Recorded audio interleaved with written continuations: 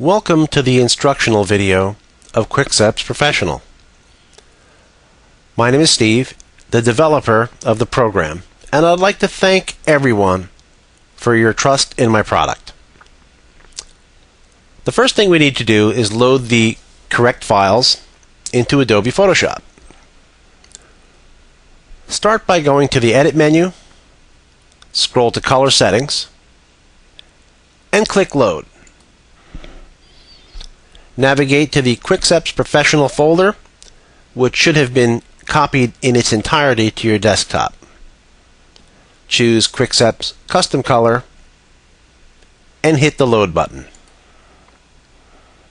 The color settings have now been entered into Adobe Photoshop.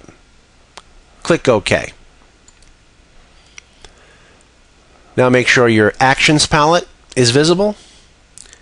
Click the arrow in the upper right-hand corner and choose Load Actions. Within that same folder, we'll now choose QuikSeps Professional and click Load.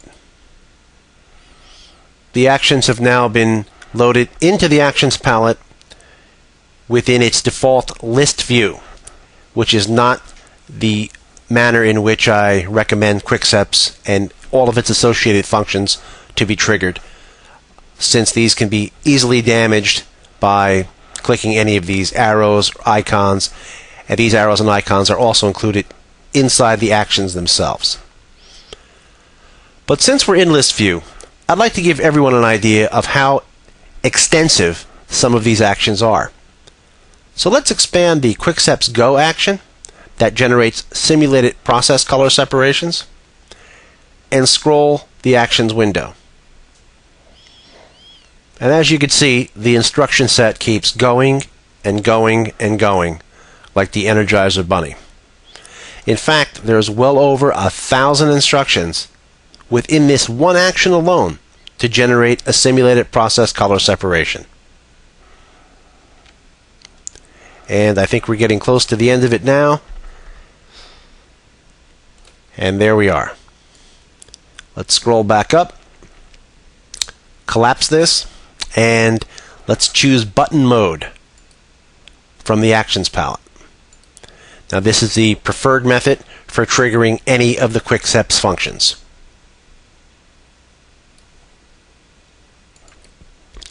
Now, due to the fact we're not employing any formal installers, in addition to third-party encryption software, things like USB keys, dongles that lock the software to one computer.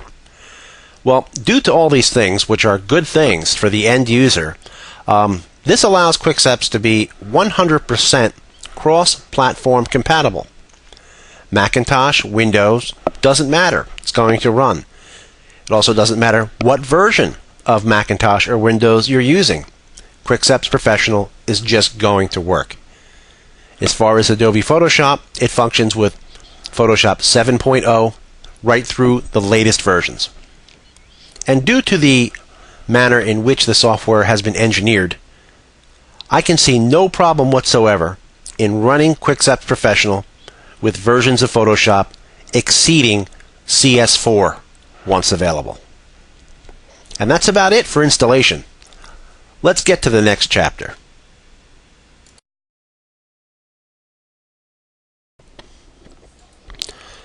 Some images need just a little bit of assistance prior to the color separation process to help them color separate easily and more brightly, which in turn lets them image better on the final product, the t-shirt.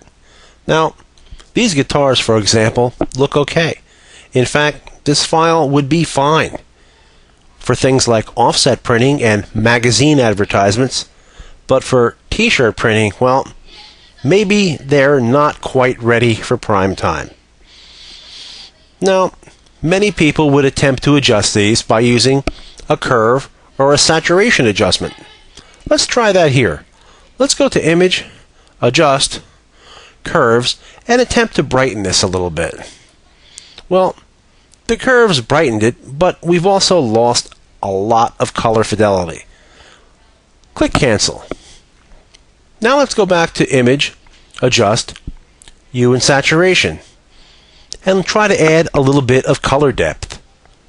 Bring up the saturation, and well, we've done that, but it's really not what we're looking for. So click cancel again. Now let's try to run the quick image fix action. Now that's done much more to help the image as opposed to manually using the curves or the hue and saturation. To improve this further, let's run Brighten Define Image. And that certainly added that final pop. Now, there's one thing that you might need to keep in mind after running both Quick Image Fix and then Brighten Define Image on your artwork, is that the second action could possibly take away a little bit too much black. In the case with these guitars, it didn't, but upon careful inspection of your file, I would go to Image, Adjust, Curves, and if the black is just a little bit unblack, take the top handle and move it over a little bit, maybe to an input of 90% and an output of 100. And this will restore any missing blacks that Brighten Define Image may have deleted. Let's click cancel and move on to another file. It doesn't take an expert to realize that the image here lacks sufficient color information.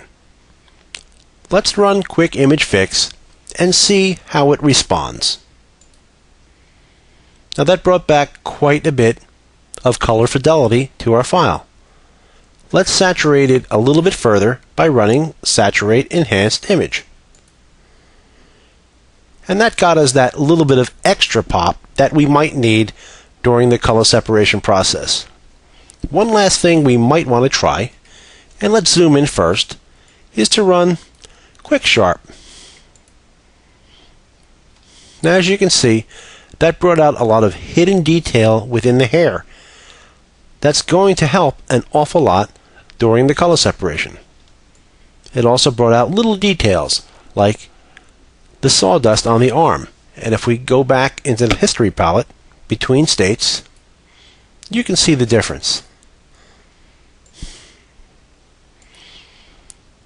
With T-shirt color separation, we need to exaggerate these little details as much as possible without going overboard. Let's go on to another file. I've opened up a picture of Granny here just to demonstrate exactly what Brighten Define Image is really for. Now, if you look at her purple scarf, there's a lot of black shadow area in here and down in here. Although this is natural to the image, it's probably going to not look that great if you were to separate this for a t-shirt. So Brighten Define Image removes a lot of this undesirable black shadow detail. Let's try it here. And bang, in one click, it's gone. And that's exactly what Brighten Define Image does. Keep that in mind when you're looking at your next piece of artwork to modify for color separation. Here we have a piece of artwork of relatively low quality. Although it was given to me as a high-resolution JPEG, let's zoom in and take a look. As you can see, it's very grainy and also lacks sufficient color. So the first thing we need to do when we see this graininess is go up to Filter, Blur, Gaussian Blur, and for now we're going to choose a radius of 1.0 and click OK. This got rid of that graininess within the file. The next thing we need to do is run Quick Sharp.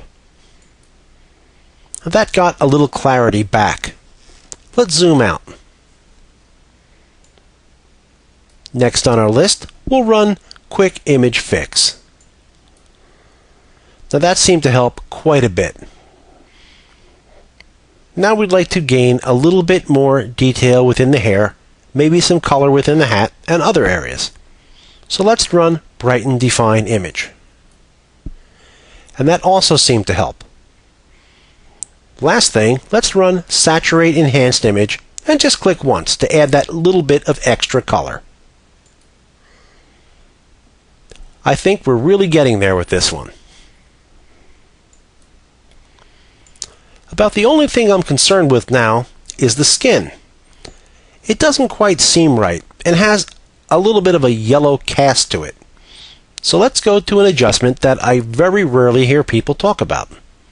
Let's go to Image, Adjust, Selective Color. Choose Reds. And now we're going to bump up the cyan just a little bit, the magenta to about maybe 40 or so. We'll bring down the yellow, and the black will bring up just a touch. And let's click the preview on and off. And as you can see, that helped add a great deal of saturation to the skin, and it also brought our reds back to where they can separate correctly.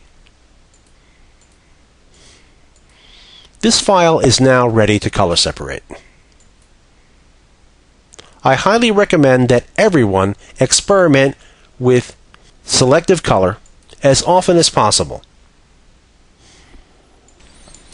Now let's toggle back and forth between our original and enhanced file.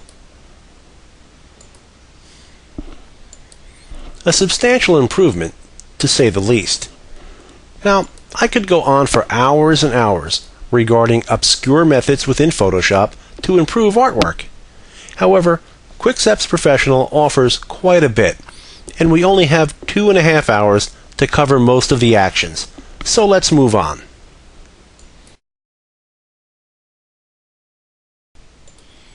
If there's one constant in the world of screen printing, is that customers will always be giving you files of low resolution, such as our example here, where it's obviously pixelated, especially within the lettering. Let's see how Low Resolution Enhance can repair that. Let's duplicate this file and run Low Resolution Enhance.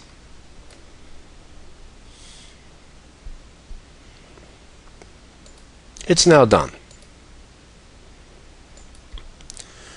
Comparing the two side by side, you can see a dramatic improvement between the enhanced image and the original, especially when looking at the important parts, such as the edges of the lettering.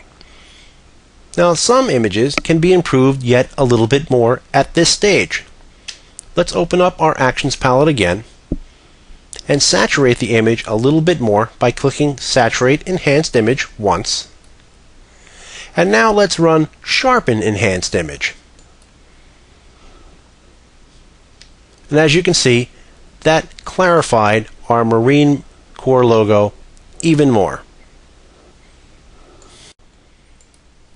Since the video you're watching probably has difficulty in displaying the difference between before and after, I've zoomed into a relatively high magnification to display it. The original on the left has an extreme amount of pixelation, where that's all but gone in the enhanced image on the right.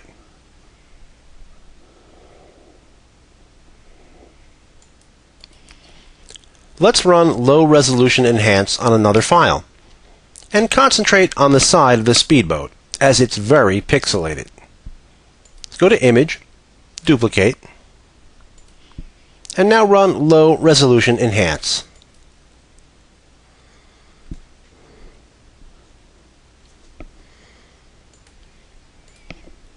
Now let's toggle back and forth between the original and the enhanced version.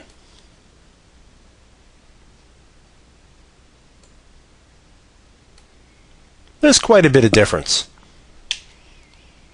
Bringing back the actions, let's click Saturate Enhanced Image. Although most likely difficult to see on the video, this helped the reds and the blues within the file. Now, with some, but not all, images, it might be helpful to run Sharpen Enhanced Image. As you can see, the edges of the letters have now been clearly defined. Now let's scroll back and forth one more time.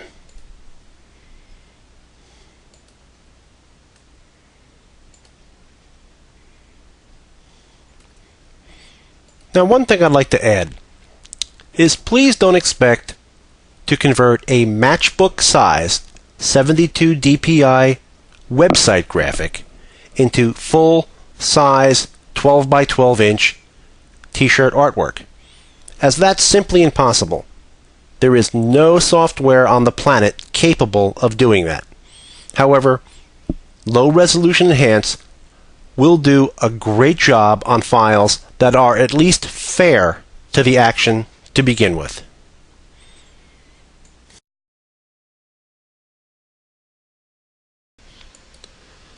Simulated process color is more than likely the main reason why screen printers buy color separation software. Now, prior to running a simulated process separation in QuikSeps Professional, or for that matter, any type of color separation, you need to make sure your file is prepared correctly. In our example here, looking at the channels palette, we see that there is only the RGB channels, and this is how it should appear. When we go to the layers palette, we see that it contains one layer and one layer only, and this layer is named layer 0. You can also see that all areas of the canvas outside the graphic are transparent. It's not white, it's not black, or doesn't contain any other color or background area that's not supposed to be there. So this is how your file must appear prior to running any form of color separation. Now, I quickly opened up a different file just to show everyone how to get a multiple layer file down to that one layer named layer 0. Now, this contains 5 layers, 1, 2, 3, 4, and 5. The wrong way to do it is to flatten your image. This type of file will not work correctly or at all with QuikSeps. What needs to be done is to go up to that arrow in the right-hand corner of your layers palette and choose Merge Visible. Then double-click whatever that layer happens to be named and change that to layer 0. Now, looking at the channels palette, as I said previously that it should only contain the RGB channels. Well, that was kind of a white lie. It could contain another channel as long as it's named something unique that QuikSeps will not target. Now, let's say you drew some sort of mask to help out following the color separation like we have here. It's okay to have that mask channel in your channels palette and run a color separation. Just make sure it's not named anything like Alpha 1, Alpha 2, Alpha 3, so on and so forth, since these names QuikSeps targets correctly and quite often during the color separation process. Now let's say you can't prepare that file within that non-flattened state from the very beginning, and you have a file that's already flattened on one layer named background. And let's say that background is black or white or whatever, and that needs to be deleted. Now, there's 2 ways to do that, and it all depends upon the type of file. The worst way to do it is to use the magic wand tool and start hitting your delete key, since that really doesn't get rid of everything, and it also leaves fringe pixel areas around your image that the software will pick up. So the first thing we need to do is go to your layers palette and double-click the background layer. The layers dialog box will come up, and that should go to layer 0 as default, and click OK. Now we no longer have a flattened image, we have a single layer image. However, the problem remains that this black background is still encompassing, the artwork, and that needs to be gotten rid of. Now, the first way we can do that is by using what's called the Magic Eraser tool in Photoshop. Now, let's go to the Tools palette and choose Magic Eraser and set the tolerance to 32. Now, just click within your background and bingo, that black's gone. Now, as you can see, it's not gone in these areas since they're protected by other pieces of your art. But you can just click within these areas and get rid of that.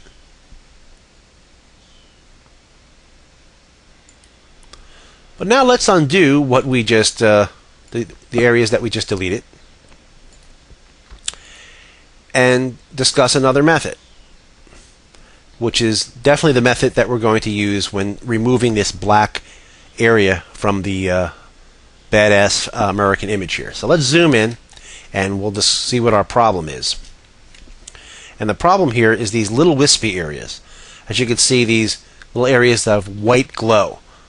Now what's going to happen when you use the magic eraser tool within this area, okay, you're going to leave this little bit of black in here. Okay? Now there's no way to get around that, because these little areas kind of have this glow to it. This glow effect in Photoshop could be a nightmare. So the only way to get rid of that completely, let's get back to our original state here, is by using what's called the background eraser tool, which can really perform miracles. Now, after we selected the background eraser tool, we had to select a brush size. Now, mine already was selected here at 200.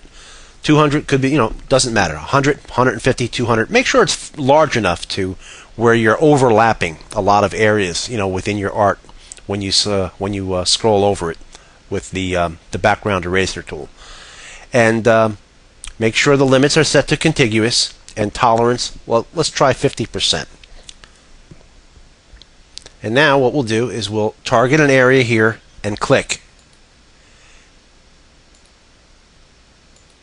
And as you can see, this erased areas within that the background of this image. However, it left these little wispy areas intact. And I gotta say, to this day, I am amazed at how well this particular tool works. And what you just need to do is follow your image completely around until you get it all, and then you can just use your magic eraser tool or the default eraser within Photoshop, and then get rid of all of these areas out in here. Okay, once we have our file properly configured for use with QuikSeps, we need to run a simulated process color separation. We do so by clicking the QuikSeps Go action. Now, as you can see, we have a lot of activity within the channels palette as the separation is running. Now, this will take anywhere from 30 to 90 seconds, depending upon computer speed and obviously file resolution. Once all on-screen activity stops, you'll receive a message that the process is now complete. Okay, as you can see, the file contains quite a bit of color channels. We're obviously not going to require the use of them all, but we'll go through each one here. The action generates 4 different white underbases, and they're all quite different from one another. The first 3 are the ones that you would use on most jobs, especially those on a black shirt if you choose not to use a black ink. The 4th is a much more extensive underbase with a lot more ink. Now, this one you would definitely want to use on any darks which are non-black, like let's say reds, royal blues, forest greens, so on and so forth. Basically, on dark shirts where running black ink is an absolute must. We also generate a yellow, 2 different blue channels, a dark blue 285 and an aqua 311. We have a flesh channel, and we have an orange channel, which is kind of a special channel, which we'll get to in the next color separation. And we have 2 reds, a red 185 and a soft red 185. Most pieces of artwork will respond better to using the soft red 185, as it treats shadow detail and a lot of other factors much differently, and you'll get more satisfying results on press.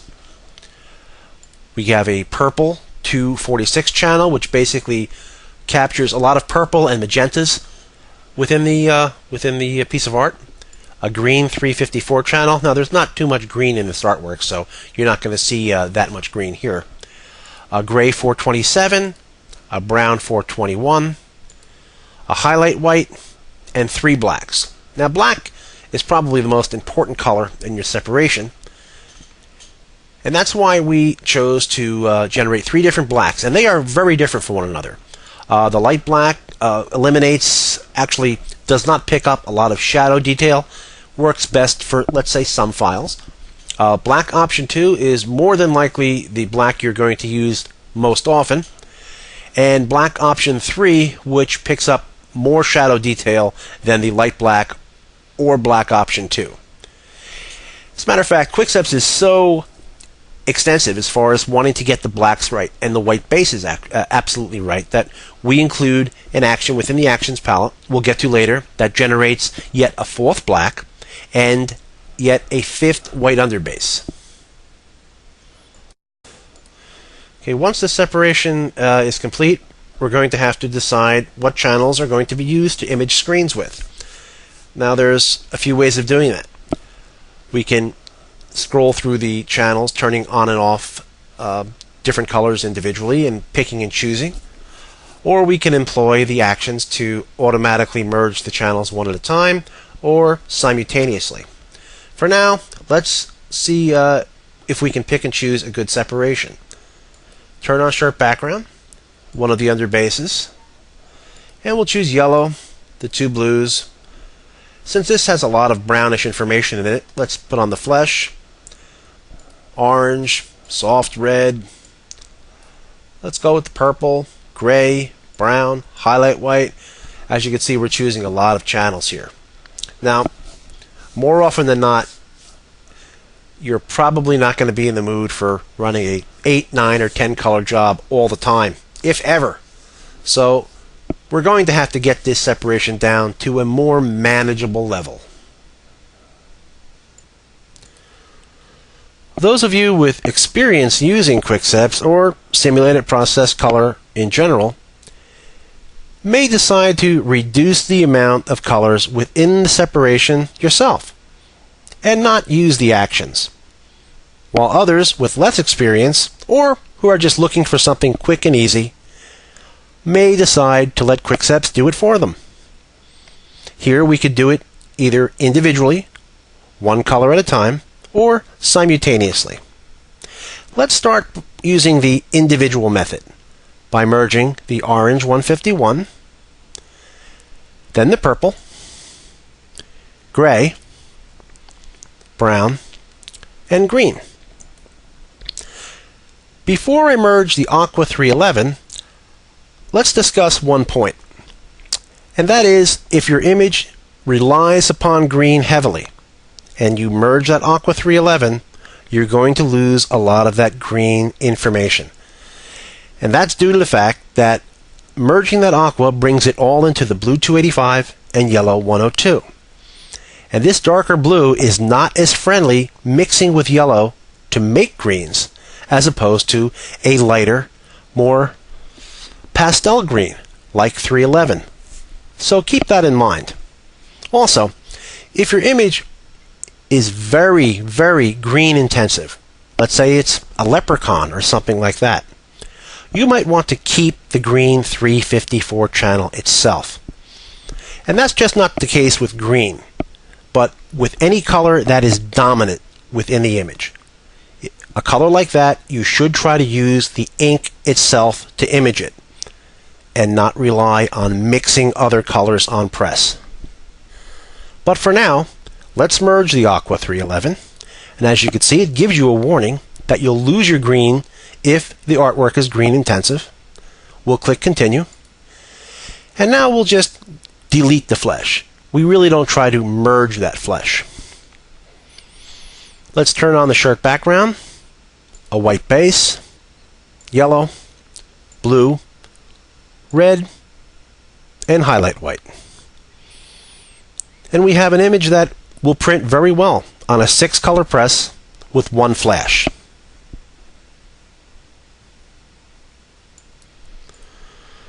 Prior to discussing our auto-reduce color palette actions, I thought it best to take a look at the white underbase channels.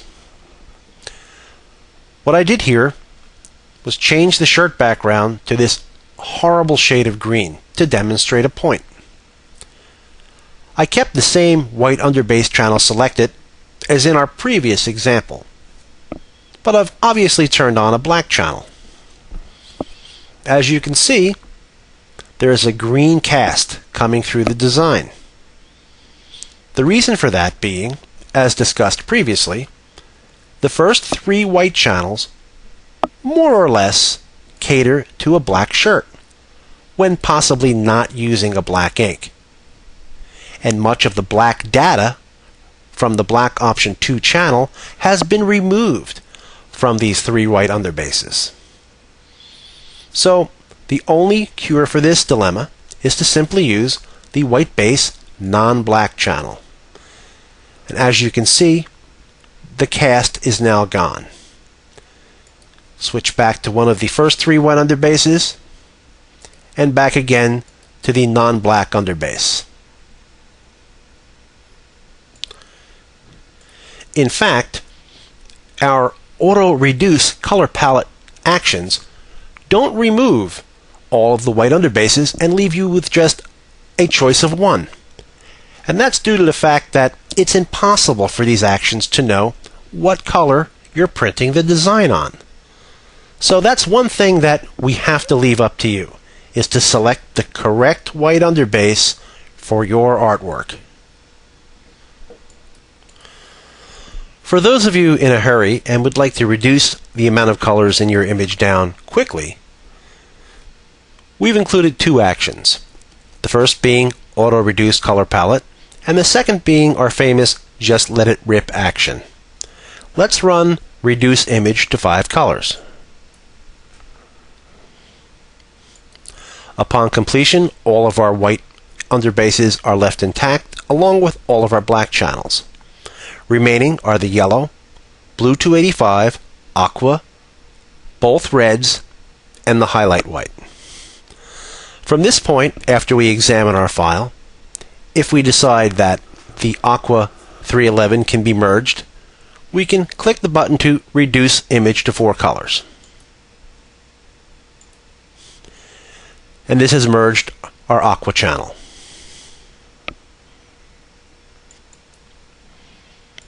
At this point, all we need to do is decide which white underbase is correct for the job, and also which black and which red you would rather use.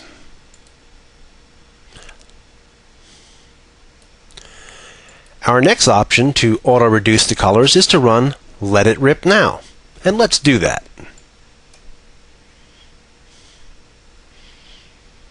Once complete, the primary difference between Let It Rip and Auto Reduce is that it leaves us with only 2 selections for the white underbase, only 1 black channel, and 1 red.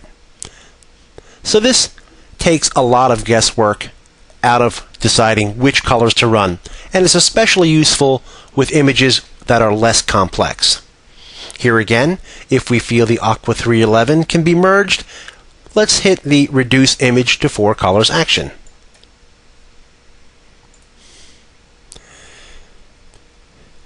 And now we have a file that can be printed in very few colors.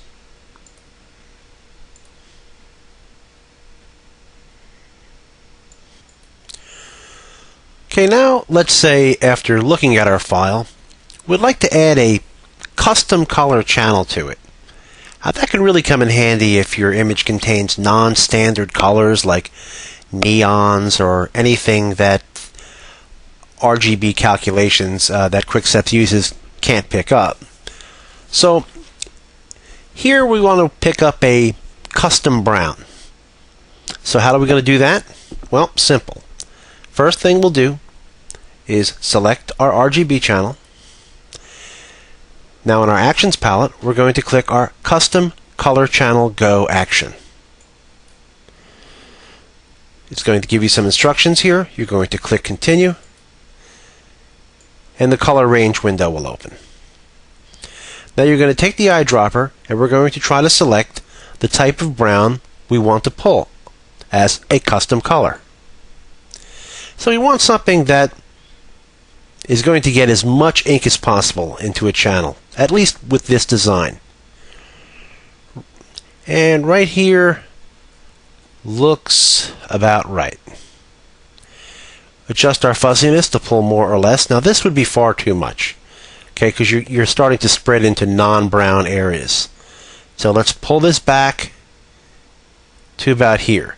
It's okay if we pull a little brown, within the scroll here and little tips within the red. That's not going to bother it at all.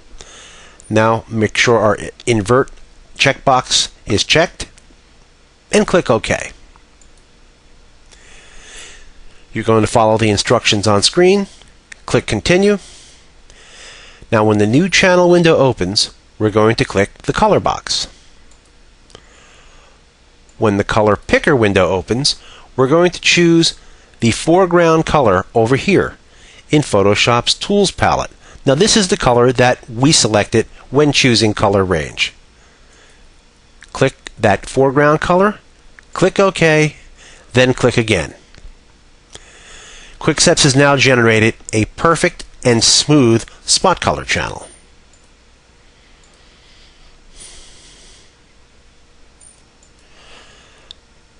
Now let's get that channel properly configured within our file and move it either before or after the red. Right now we're going to move it after the red. Turn on the shirt background, another base, the yellow, blue, soft red, our new channel, highlight, and black. And zoom in. Now as you can see, it appears a little dark, and that's for two reasons. First of all, the first reason being is that the brown we selected is probably too dark for the image. So what we're going to do is double click the new spot color channel, click the color chip, and we're going to move the circle around here and select a lighter brown. And as you can see, the image will be adjusted in real time. So you can actually see the changes that you're making. If you bring it up to orange, as you can see, it makes a complete disaster out of it. So let's bring it back down to like a lighter medium brown. And for now, we'll just leave it right around here. Click OK, then OK again. Now, if you still feel that it's slightly intense, and sometimes pulling colors in this manner will do that, let's go up to Image, Adjust, Curves, and give this the type of curve that you might not have used in the past. We're going to take the upper right-hand handle and we're going to bring it down this way. And as you can see, that did a really nice job of taking the intensity off of that custom color channel. Turn it off and on. And we've got a really, really nice brown custom color channel to use within this image. Click OK. Now when doing this, sometimes, but not all the time, you'll want to remove some of the new color, in this case, the new color being Spot Color 1, which we can just change to the appropriate color channel name. Sometimes you would want to take some of this color away from the red channel. And let's see how we do that. Let's choose the red channel. Go to our Actions palette.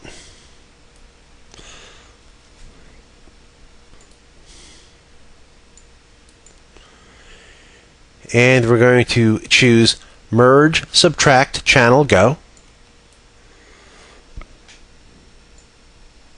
Within this Apply Image dialog box, we're going to select the new color, which is Spot Color 1, the blending mode of screen, and click the Invert button. And as you can see, by turning the preview on and off, we're removing that brown data from the red channel. Click OK. Turn our colors back on, and we've got a good looking file. Now going back to our merge subtract channel action one more time, let's use it to add some color data to a channel. Let's say we wanted more of the red information from the spot red 185 applied to the white base, so the red is going to print much brighter on that black shirt. What we'd do is select whatever white base channel we want to apply that data to. Let's choose the number 1 channel, white base, and click our Merge Subtract Channel Go action. What we're going to select is the soft red 185. We're going to choose a blending mode of multiply this time. And as you can see, by clicking the preview on and off, just the red channel data was added to the white base to add ink under that particular color.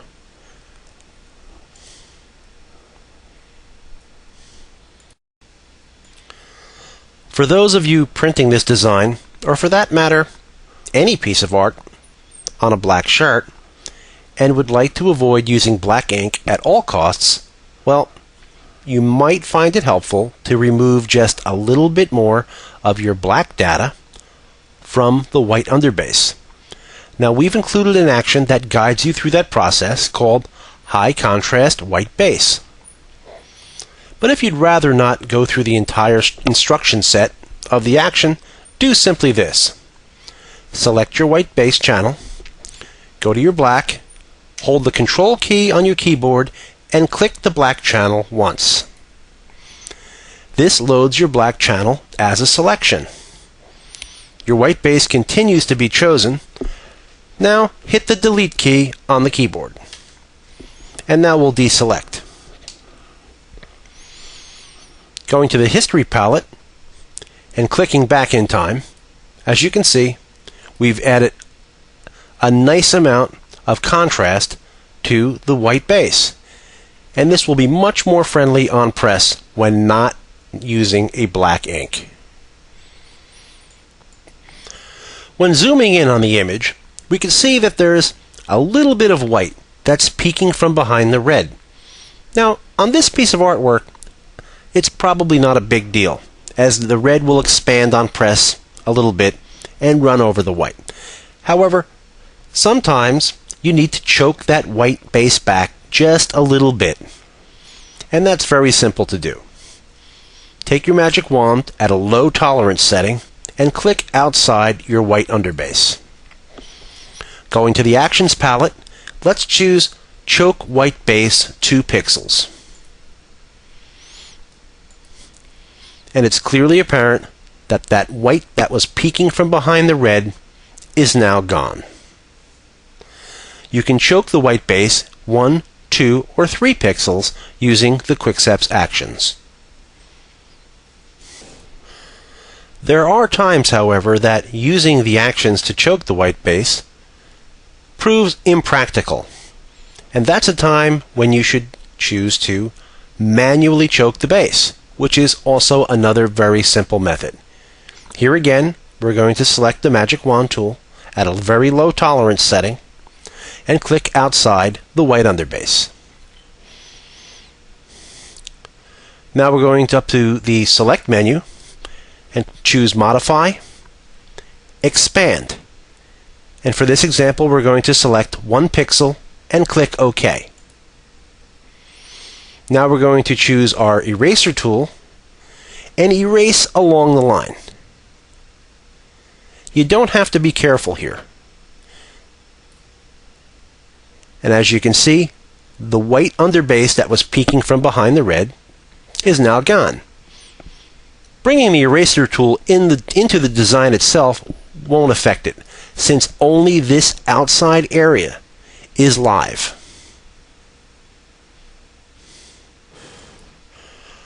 About the only other adjustment I would make to this design would be to bring up the blue a little bit, since it appears somewhat washed out. So let's just select our blue 285.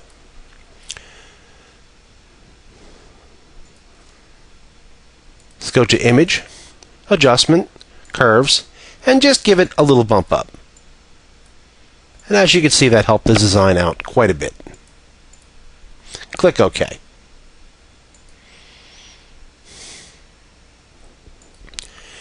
Before looking at a totally different file using simulated process, I'd like to go over the alternate black and alternate white base highlight actions. As you can tell by now, we're fanatical when it comes to bases and blacks. Well, since they're vital to your color separation and the two most important ingredients. To generate alternate black, the three black channels generated by the QuikSeps Go action must be present. Then click the Generate Alternate Black action. It only takes a second to finish. What the alternate black action does is takes the best parts of the light black, black option 2, and black option 3 and makes a completely new channel using the best attributes of all of them. Here's what the alternate black looks like. The option 3, the option 2, and the light black. As you can see, the alternate black has a completely different look from the other three and can be useful on some files.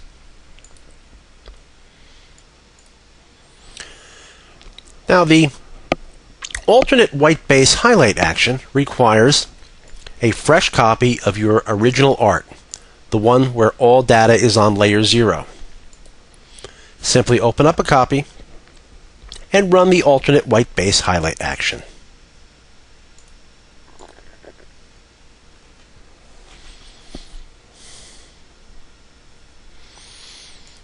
In about 10 seconds it's done, and what this has generated is, well, an alternate white base, which is slightly different from the 4 white bases QuikSeps automatically generates. And this white base is one that would also be used on non-black shirts. It's slightly different, but very close to the white base non-blacks. It's not quite as dark in areas and will print much softer, and it's a good option. You would add this channel to your completed color separation by simply holding your mouse on the channel, hitting your Shift key, and dragging that channel to your destination file, in this case being your color separation. The other channel this action generates is a dark highlight white. The dark highlight white simply extends the highlight white further into the shadow areas of your design. And this highlight can be very helpful with some images, especially when trying to mute hard to control colors. For example, if you're attempting to generate flesh without using actual flesh inks, which I don't recommend, but it can be done. This highlight white will help you out quite a bit. I've already run the QuikSeps Go simulated process action on this file and deleted any channels that we're not going to use. I chose this file and included it on your disk for a specific reason, and that's to illustrate problems that could occur with a certain type of file, and this happens to be one of them. Let's take a look at the RGB, and you can see this glow coming off the flames. And as I've said previously, glows could turn into nightmares, but there's an easy way to adjust them. The main problem with these glow effects is how they destroy certain aspects of the white underbase. And this is the exact reason why I chose to make this mask from the RGB file and include it within my channels palette prior to running the color separation, since we'll need this mask to adjust the white base. And I'll show you exactly why. Let's turn on the channels. And as you can see, it doesn't look too bad, but there is way too much white ink coming off of these flames. So much so that there's not enough red or yellow to overprint over top of that white. And you're going to get this white halo effect, which is not going to look that great on a black t-shirt. Zoom in and you'll see what I mean. So by turning off the red and turning off the yellow, it's really not having that much of an effect covering up that white. We have to do something about that. And this is exactly why we have this mask. What we're going to do is hold down the Control key and click this mask channel. Once the selection is made, we're going to go up to Select and choose Inverse. All areas outside the image now are live, so the white base can be easily adjusted within this area and not affect the image itself. Let's choose white base, and we're going to try two different methods. The first, we'll use curves. Image, adjust, curves. We'll take the bottom handle, move it to the right. As you can see, that immediately eliminated all of that glow effect, but I think we took away too much. So let's bring it back a little bit, right to about here. And then we're going to take the right handle and take the edge off of this glow by bringing this down. Maybe even bring it down a little bit more and click OK. Deselect, zoom out, and as you can see, there's a big difference. You still do have some white in here, but it's not that much. And there's enough yellow and enough red to overprint on top and beyond this white. So you have that orangey blend fading into your black shirt and no white visible. The other way to adjust it is by using levels.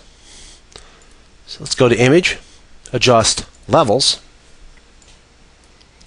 And let's move the center slider to the left a little bit. And that's going to take the intensity off of the glow. And then we're going to take the right slider and move that in.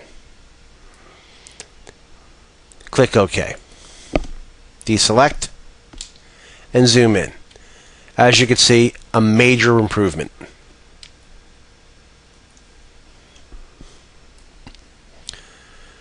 The other thing I'd like to point out with this design is the correct way to use the orange 151 channel, especially within these kind of flames and blends and things like that. If I turn the orange 151 channel on now, it just adds way too much ink to the image, and this would print horribly. What we're looking here is to get a nice blend between orange, yellow, and red, because sometimes the only way to get a good effect, that good blend between that transition, that yellow to red transition, is to add orange in between. This is especially helpful with flames and things like that. So how are we going to do it? Well, let's turn off our orange channel and select the soft red 185. Let's go up to Image, Apply Image,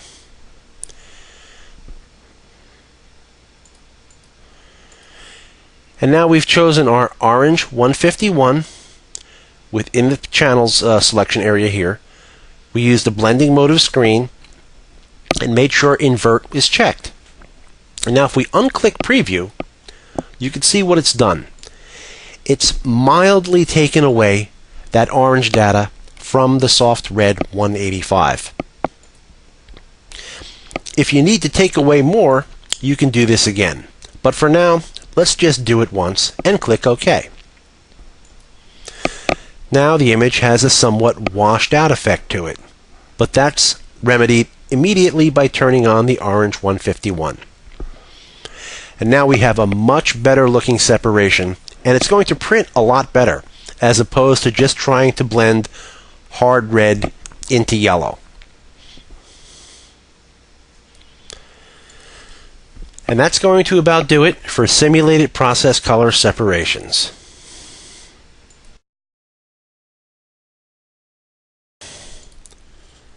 Generating great looking flesh channels can be a difficult task, to say the least. That's why we've included many different options within QuikSeps Professional to generate these channels for you. The actions are called Auto Flesh Earth Tone Go number 1, 2, and 3. Then we have an action called Single Flesh Channel, which, well, obviously generates just one flesh channel that kind of covers all the bases. And then we have a custom flesh action that guides the user through pulling 3 different flesh tone channels of his choice during the color separation process. For now, let's run AutoFlesh Earth Tone 1 on this image and see what we get. Takes about 15 seconds or so for this action to complete. And once done, we'll zoom in and take a look at the color channels. As you can see here, we have 2 different Dark Flesh 7413s. Both the same PMS number, however, the channel is pulled in a slightly different method. Then we have a Middle Flesh 149, a Light Flesh 7520, and this viewing channel. It's basically like a black channel, but do not use it for anything aside from viewing your flesh. So let's turn on our 3 flesh channels. And it didn't do that bad of a job. Now let's try the initial Flesh 7413. And that one looks a little better. As you can see, we're missing a little ink here in the ear, and maybe a little bit of depth to the face. And by using the first 7413 channel, that fixed that. Now these channels can simply be shift dragged into your color separation to be used and output with your other color files. Now what I'd like to say about this number 1 action is that it doesn't work on all files. If you see the type of image we're working on here, very dark, deep flesh tones and earth tones, that's the type of file the number 1 action will work on. So if you run it and if you do not get good results, if it's missing areas, just don't use it and run one of the other actions, the number 2 or the number 3 or the custom flesh earth tone. The reason we put this action within QuikSeps is that it works well on many images like this, and it also doesn't select that much of the flesh outside of the intended range. So you're not going to have that much masking to do to get flesh ink, away from areas where it's not intended to print. Moving on to a new image, let's talk about the Auto Flesh actions number 2 and number 3. Now these generate flesh much differently than the number 1 action and will require masking after bringing the new flesh channels into your color separation. Since not only will we generate flesh within the intended range, such as the face and arm, but it's also going to extend into other parts of the image, such as the sky and the team name. There's no 2 ways around this. The difference between the number 2 and the number 3 flesh tone action is simply the number 2 generates 2 flesh tones, the number 3 generates 3. For now, let's run the number 2. Within about 10 seconds, it's done. We have 2 flesh channels, a 7413 and a 149, in addition to a viewing channel.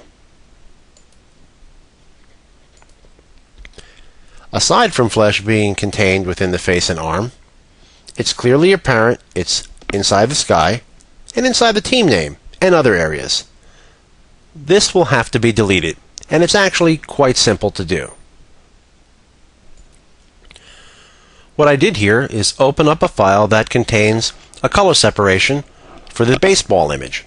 And we're going to move our new flesh channels into this destination file. Click on here, select our Move tool, hold down the Shift key, and just drag that channel into this file. Select the second flesh file and do the same thing. By holding down the Shift key and dragging, these channels will line up perfectly with your color separation. Let's move these up the channels.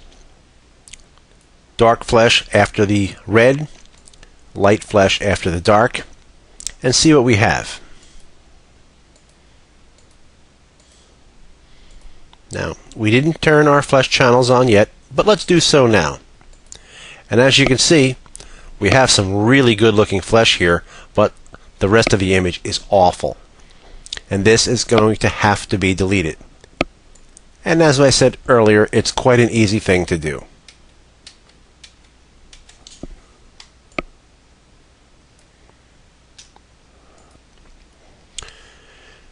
Okay, we have to open our Paths palette and select New Path. Click OK. Take the pen tool from the Tools palette and start drawing your path. Now, depending upon your skill level, this will take anywhere from a few minutes to a little longer.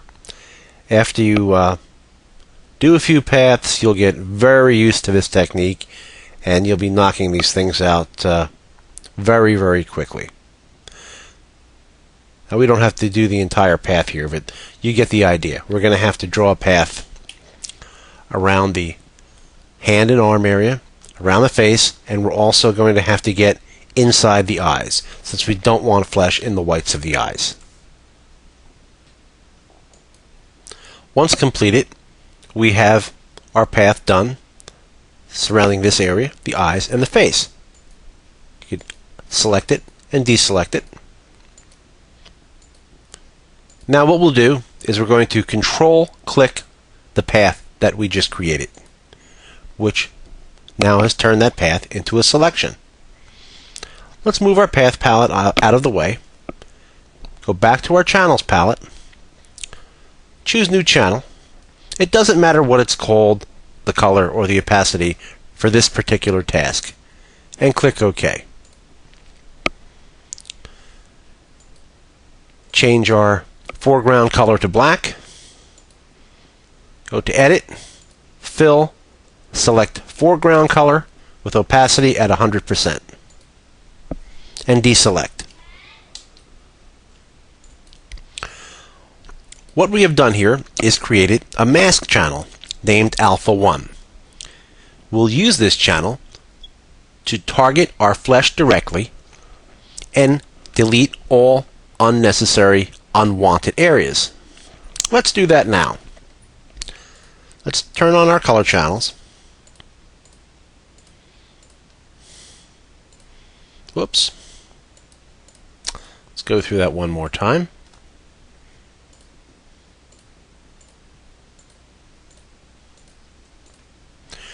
Okay, and now what we're going to do is we're going to Control-click the Alpha 1 channel to select it.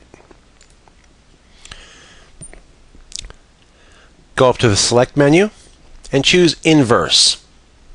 What we've done here is made all areas outside the flesh live. Select the first channel, hit the Delete key. Select the second flesh channel and hit the Delete key. And deselect. Now we have some pretty good looking flesh, but I think there's one other thing we need to do. By clicking on and off the soft red, we can see that it's contaminating that flesh a little bit, and red could be a nightmare as far as flesh tones are concerned. So what we want to do here is to get rid of the red inside the flesh, and we'll do that by using the Alpha channel once again as a selection. Go back to the Alpha channel, Control-click to select it, but this time we're not going to choose Inverse from the Select menu, since we want to target the flesh range itself. Go to your red channel, hit the Delete key. And we'll probably want to get rid of the yellow also within the flesh. So let's go to the yellow channel and also hit Delete. And deselect.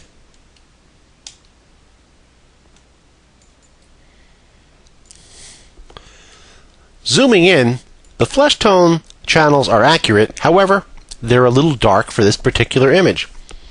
And I'm not talking about dark as far as too much ink. I'm referring to the incorrect color ink. And that's very easy to adjust. Let's double-click the dark flesh channel. Click the color chip, which will bring up the picker. And let's select a lighter dark flesh for this image. And click OK.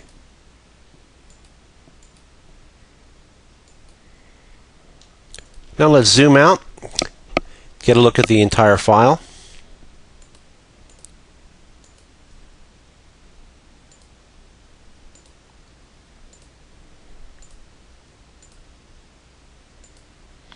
And I think we got a pretty good looking Bob Hope wearing a Cleveland Indians uniform.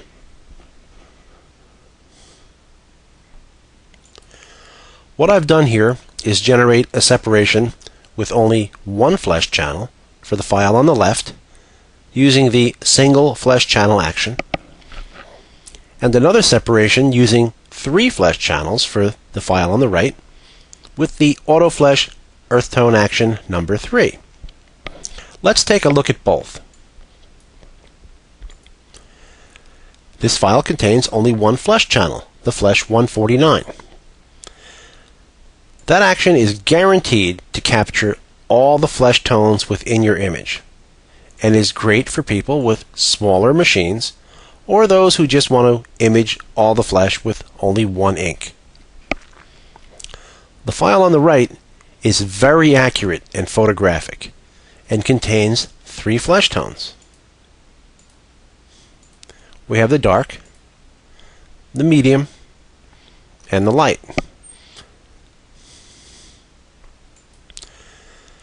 So if absolute perfection is a must, by all means, generate your flesh tones using the Auto Flesh Earth Tone action number 3.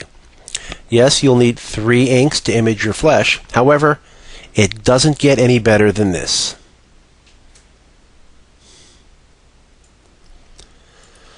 Although QuikSeps Professional does a great job of generating automated flesh channels, especially using the action number 2, 3, and single flesh channel action, at times you'd like to maybe do it yourself and select colors that are actually within your image.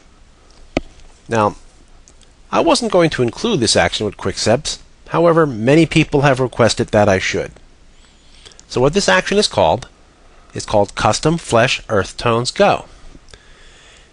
This will guide the user through using the color range function within Photoshop to select 3 different flesh tones, a dark, a medium, and a light. It then takes that information, runs an RGB calculation on it, and generates a relatively smooth and accurate channel. Let's give it a shot and see what we get. Follow the instructions on screen. Now when the first color range box comes up, we want to pick the darkest color, almost brown, maybe reddish. And this looks like it's probably it about there. You can move your fuzziness slider around to select more or less. This would be far too much. This would be far too little. Let's get it right about here and click OK. Okay, now QuikSeps has generated the channel. Click Continue. The next channel we need to select is the medium flesh. Let's see if we can locate that. This looks pretty close. Check our fuzziness, maybe get a little bit more of it, and click OK. To the final channel, we need a whitish, almost pinkish flesh. So let's see if we can locate that. Now that's pretty pinkish. Let's bring our fuzziness back. Since we're starting to select, as you can see, white area that we don't want ink in, we want to bring that back until we no longer see that, and click OK. All the flesh channels have now been selected.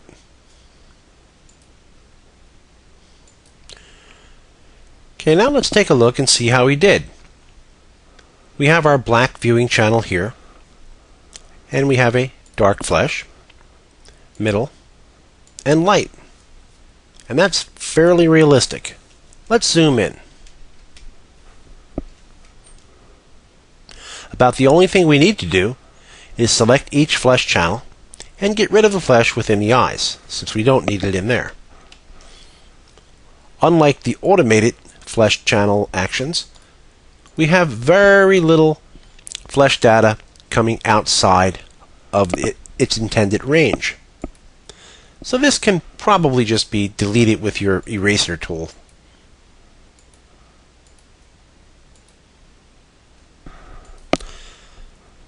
Now this can take a little bit of practice to get very good at, but in time I'm sure everyone will master it.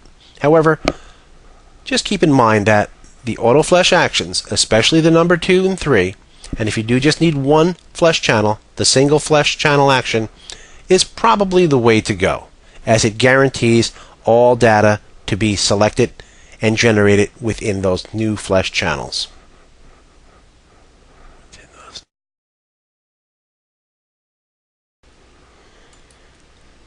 CMYK true process is probably the first form of color separations used for photorealistic printing on t-shirts, and it can also be the most difficult to master. The reason being is that process color is held hostage to dot gain problems on press. It's very easy for a CMYK separation to start running dark. And the reason for that, at least the reason most of the time, is that many printers will just take their original RGB file, convert to CMYK in Photoshop, output the films, and then go to press with it. Well, those separations will never ever work.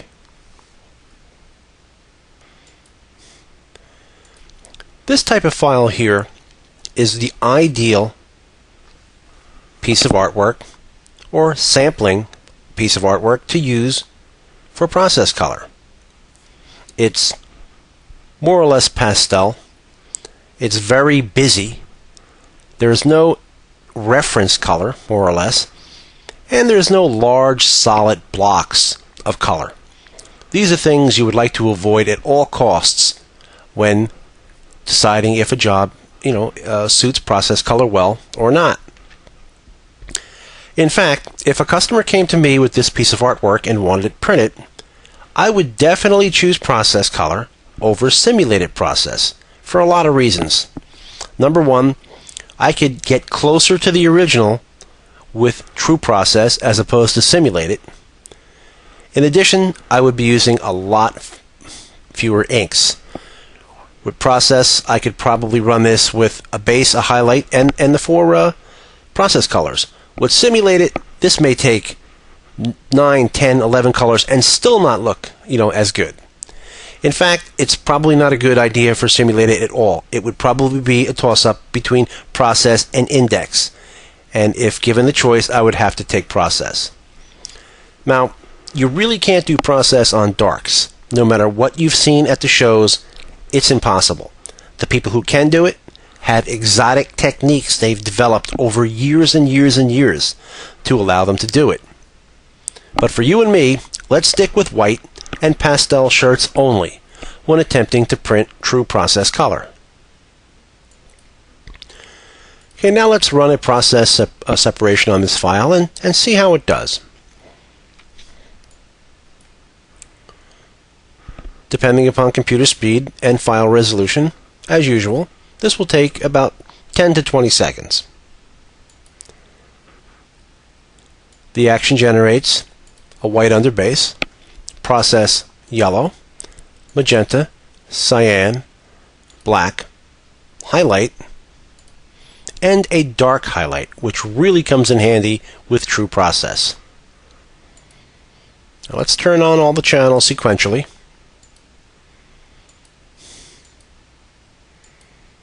Now, if you look closely, you might think it's slightly washed out when compared to the original. It's supposed to look that way for a lot of reasons. So just trust the separation and go to press with it. Regarding the dark highlight, let's turn that on. As you can see, that muted the image much more than the normal highlight. What the dark highlight does, it helps control flesh tones, magentas, and other problematic areas. So if you're running a CMYK job and it starts to look a little reddish or grainy, in addition to doing things like basing back your inks, especially the magenta, you may want to try running a job with the dark highlight. The dark highlight could eliminate most, if not all, problems. There's one other thing I'd like to mention with process color. Even if we're running a white shirt, I always run a white underbase when doing process for a few reasons. One being that process inks are very transparent. They're very thin. They don't have an enormous amount of pigment. They're quite unlike a regular spot plastisol. Due to that, after your shirt is washed once, twice, maybe 3 times, it's going to experience a lot of fabric fibrillation. Little fibers coming through the print on the shirt. And that's going to make your nice, bright-looking process color print into a washed-out-looking, dusty image.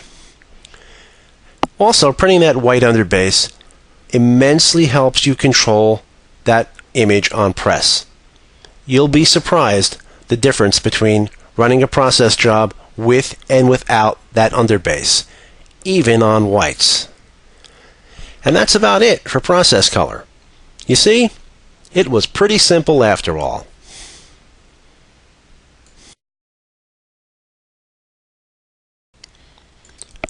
Grayscale separations can add a totally different and new look to a piece of artwork, or can help add some spice and variety to a preprint line. If you've never tried grayscale separations, I suggest you do. Let's run one here and see how it works.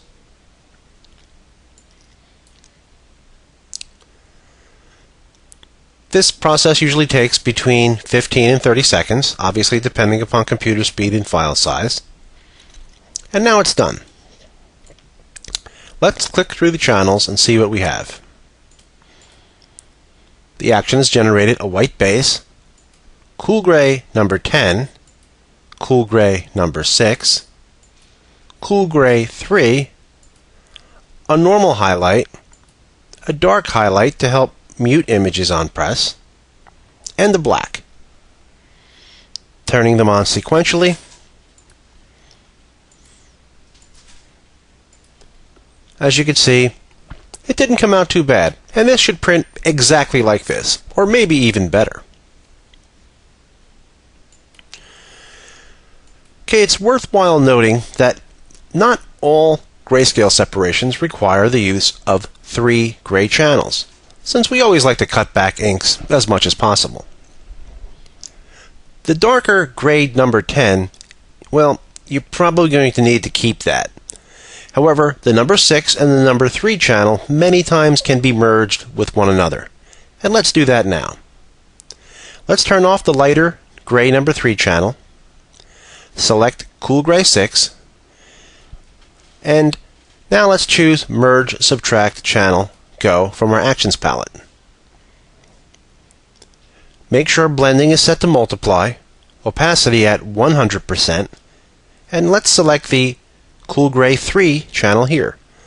Now that has automatically merged with the cool gray 6, and we can see the results by unchecking the preview.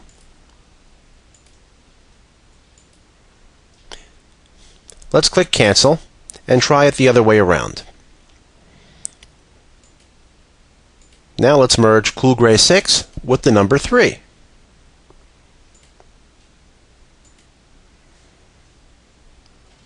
Now we're going to select the number 6 channel and uncheck and check the preview to see what we got. Now since gray number 3 is lighter than cool gray number 6, this will give our separation a lighter tone, although still quite usable. Let's click Cancel. Now if you've noticed here, our Action button to merge or subtract channel data has turned to red. The reason that happened is that we stopped that action in the middle of a process. If you do this, simply select any one of the pink bars on the Actions palette and click it. And that will reset the action back to its current state.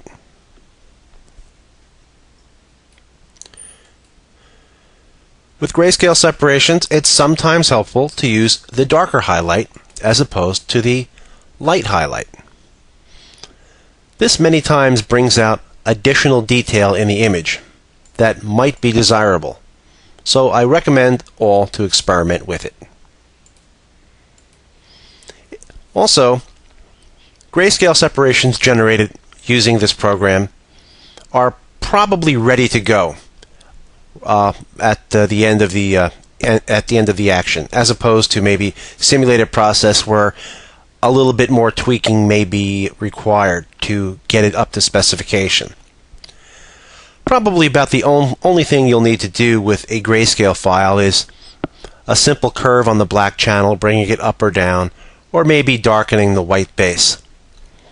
One other thing I'd like to note is that at times, not necessarily with this file, but with some, it's preferable, as opposed to printing an actual black, of changing the black to an almost black, a very, very, very dark charcoal gray. At times this gives the image more of a grayscale effect on the shirt. And let's do that here. Let's double-click the black channel, click the color chip, which brings up the picker, and let's move this up a little bit. As you can see, I'm not really making it gray. It's super, super dark charcoal. Let's click OK and OK again.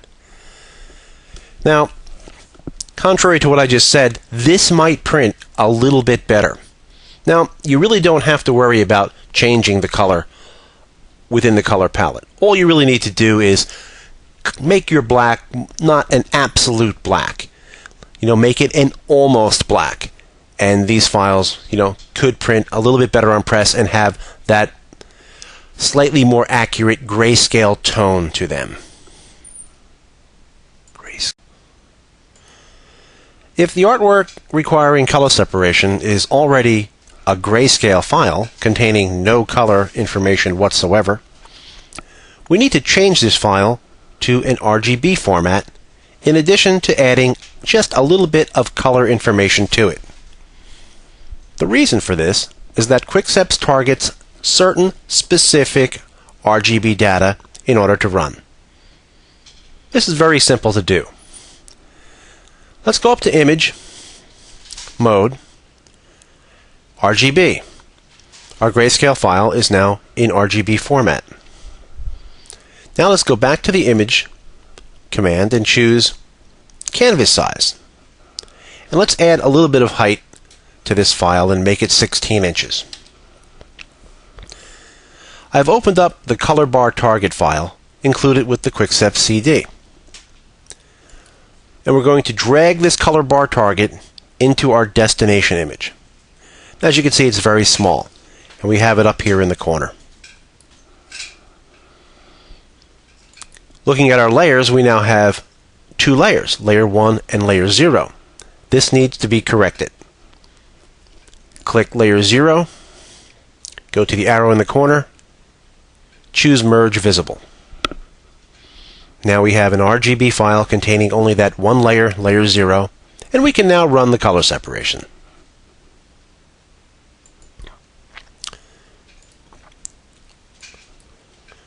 Okay, the separation once again is running.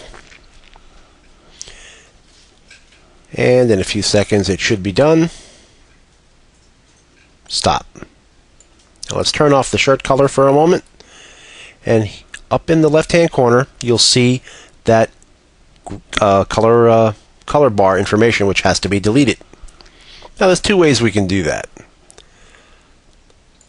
The first way is we can just take our marquee, draw a box over it, shift click all our channels, and delete.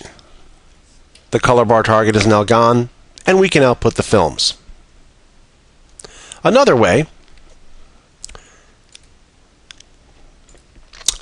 is by choosing the crop tool in Photoshop. Let's deselect, and we'll draw a marquee around our piece of artwork. Image, crop. That got us back to our original size and also got rid of that color bar target information in the corner. The separation is now ready for output.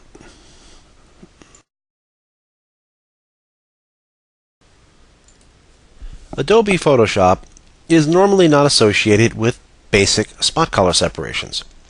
Most people will use Illustrator, Corel, or freehand for this type of work. However, sometimes it's a lot easier to separate these files inside of Adobe Photoshop. Let's run a color separation here. Go to the Actions palette and choose Basic Spot Color. Follow the instructions on screen. And now when the color range window appears, click a color. We're going to choose yellow here. Make sure the invert box is checked and choose more or less of that color to get it about right using the fuzziness slider. Click OK. Follow the instructions, and now when the new channel window appears, click the color box. When the picker window appears, click on the foreground color in the Tools palette. Click OK and OK again.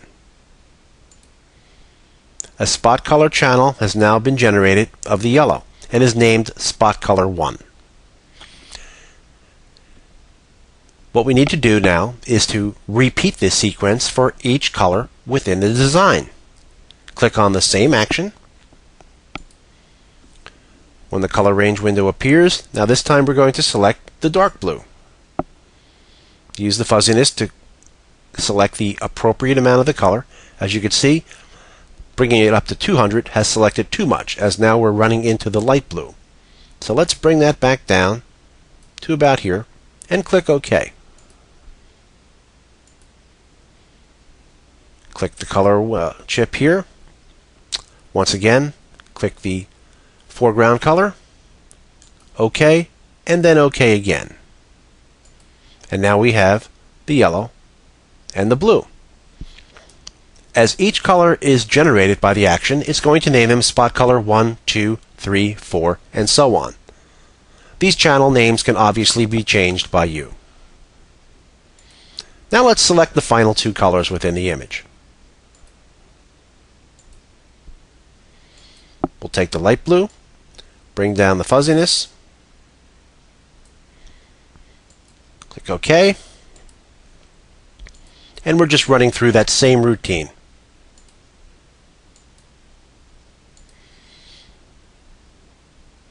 The last channel will now be the black.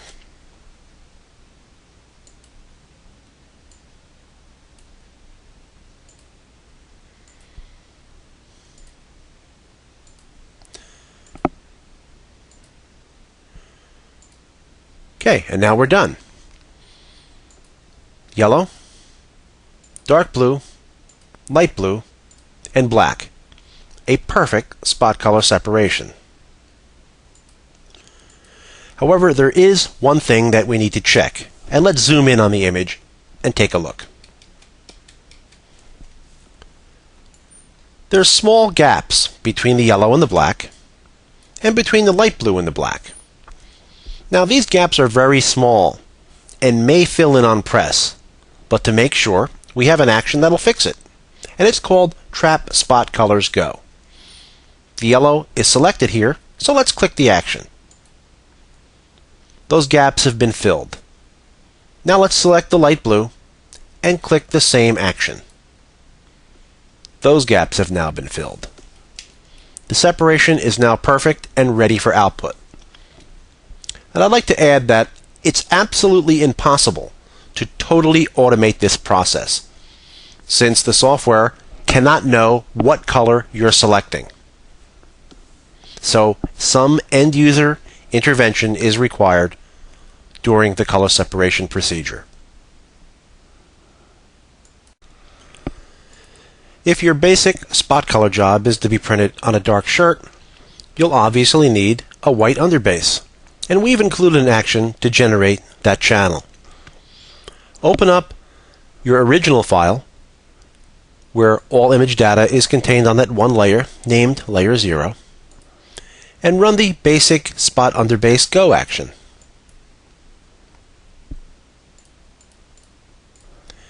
In a few seconds, it has generated the white underbase channel. Now let's open up a copy of our color separation. As you can see, I've deleted the RGB channels. We're going to add the white underbase to our destination file by selecting the Move tool, holding down the Shift key, and dragging that channel to our color separation. It will line up perfectly. Now let's move it to the top of the Channels palette. Upon further inspection of the white underbase, we notice that there is no white ink underneath the dark blue.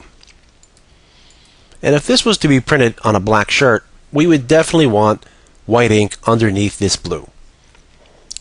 The reason why it doesn't exist is that this color is so dark that during the process to generate the white underbase, the program more or less sees this as a near black and omits it from the underbase. So we'll need to add it. This is actually a very simple thing to do. Let's click the Add Color Data to Base Go action. Follow the instructions. It's asking you to control-click on the color channel to be added to the white base. So we're going to control-click on that dark blue channel.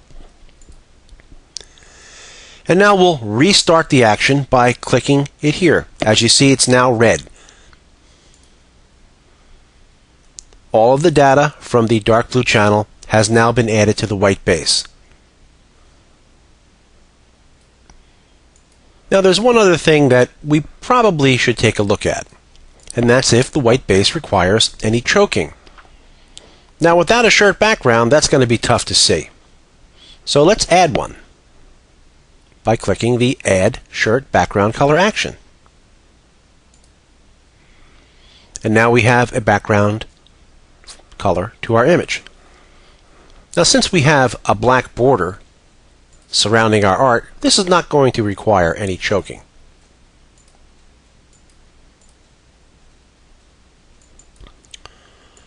What I've done here is modify the file slightly to extend that white underbase a little bit beyond the black, thus simulating if the file required a little bit of choking of the white underbase. So let's zoom in.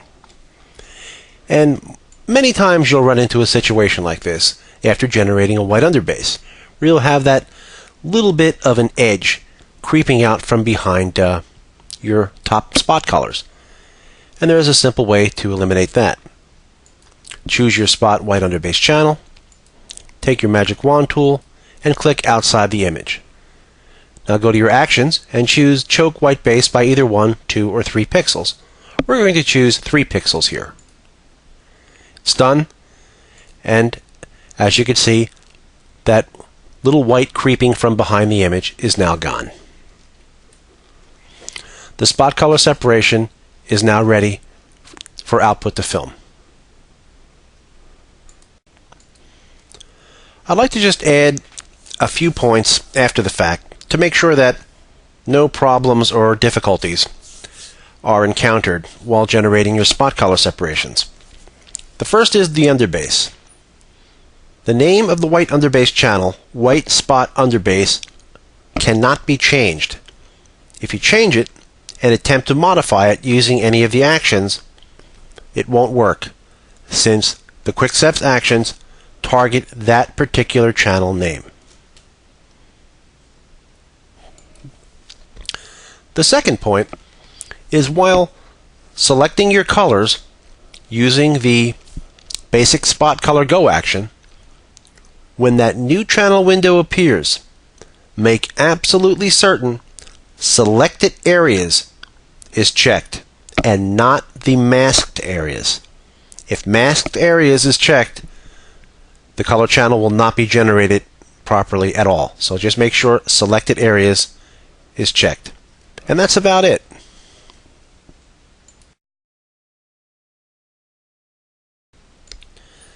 Index separations are interesting little creatures, to say the least, and can add a new twist to your art department.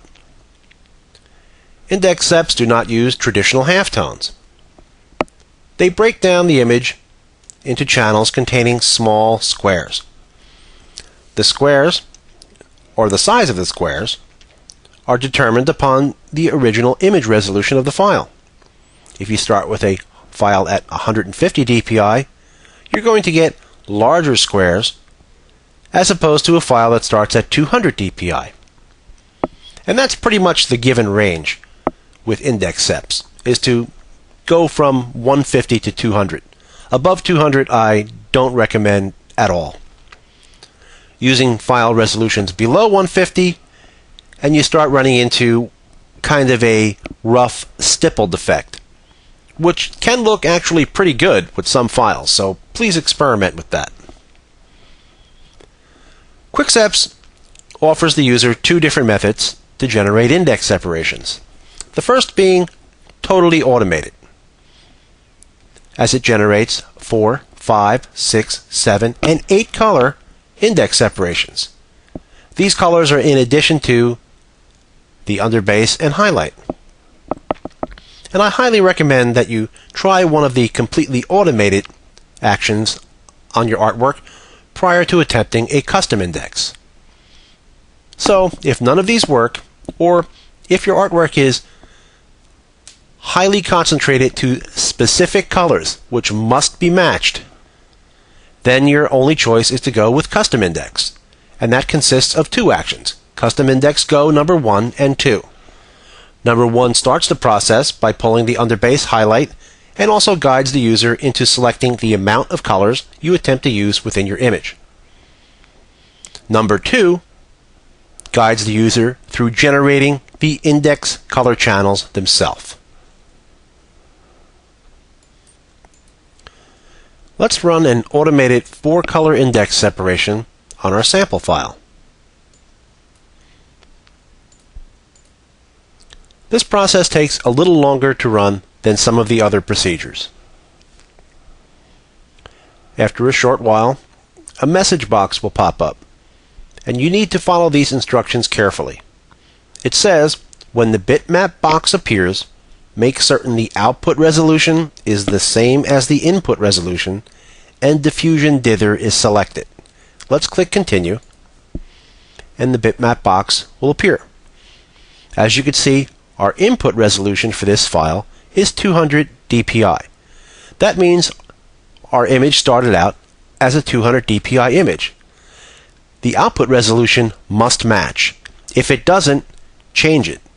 In this case, we're going to change it to 200 to match the input. Underneath method here, we have to make sure that this is changed to diffusion dither. Once that's set, click OK.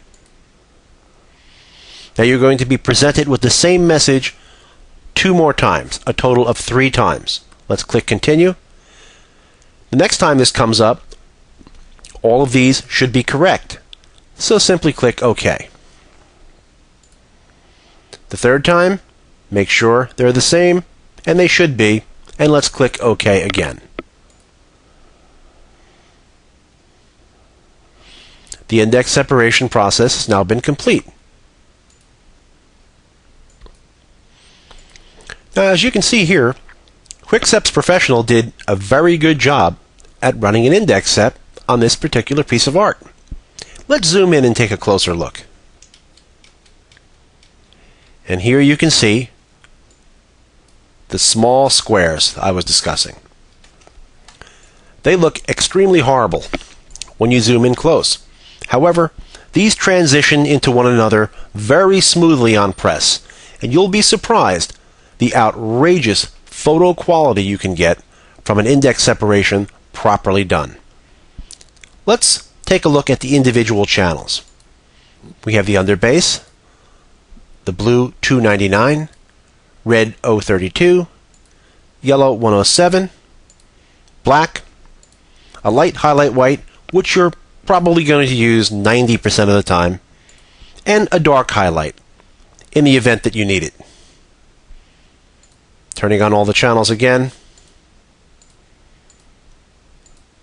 and you can see the results are fairly good. Now, one of the beauties with index separations is that it's ready to go. You just output the films and make your screens and print your job. That's the good part. The bad part is that it's ready to go and can't be adjusted. That's right. Once the file has been indexed, it's impervious to any curves, levels, or any form of adjustment within Photoshop. There's nothing you could do to it because each channel is actually a bitmap, and bitmaps cannot be adjusted. So if there's something that you don't like about your index separation, well, your only recourse is to do it over again.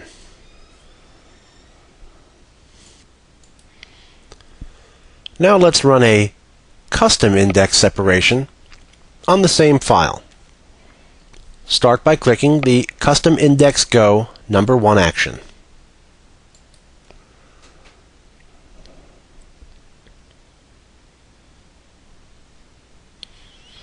In a short while, the same message box will appear as it did within the Automated Index action. In the bitmap box, make certain that the output and input resolutions match. If not, change it. Also make certain that Diffusion Dither is selected, and click OK. We'll be presented with this twice more.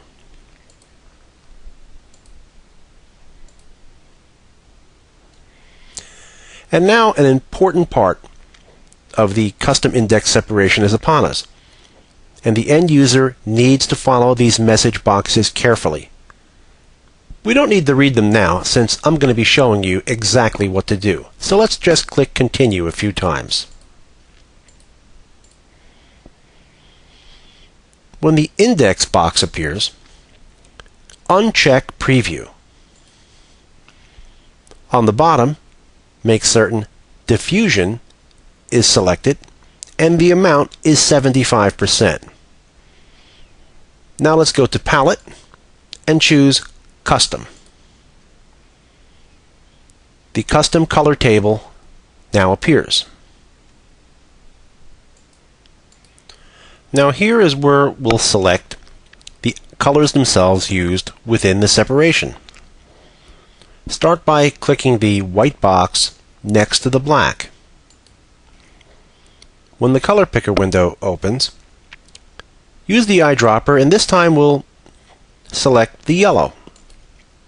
Click OK.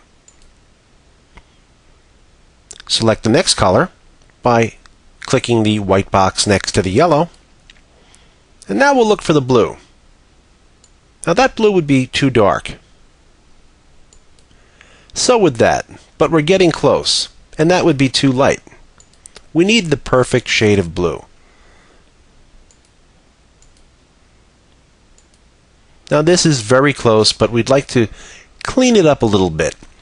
Getting very pure tones, especially with the reds, blues, and yellows, is extremely important. Sometimes it's extremely difficult to pick that perfect color from the image itself, and it needs to be adjusted a little bit within the color picker window. So let's take the circle here and move it. And now I think we've got a very pure and clean shade of blue that's going to integrate well within the image. Click OK. The last color needed is that orangey red. Let's zoom out a little bit. Click the white box next to the blue and pick that orangey red. Right about there looks good. Let's click OK. OK, and then once more. The first part of the action is complete, and the program is instructing you to use the Custom Index Go number 2 action. If you look at the artwork in the back, it's very grainy. However, the final separation will look absolutely perfect. Click Stop.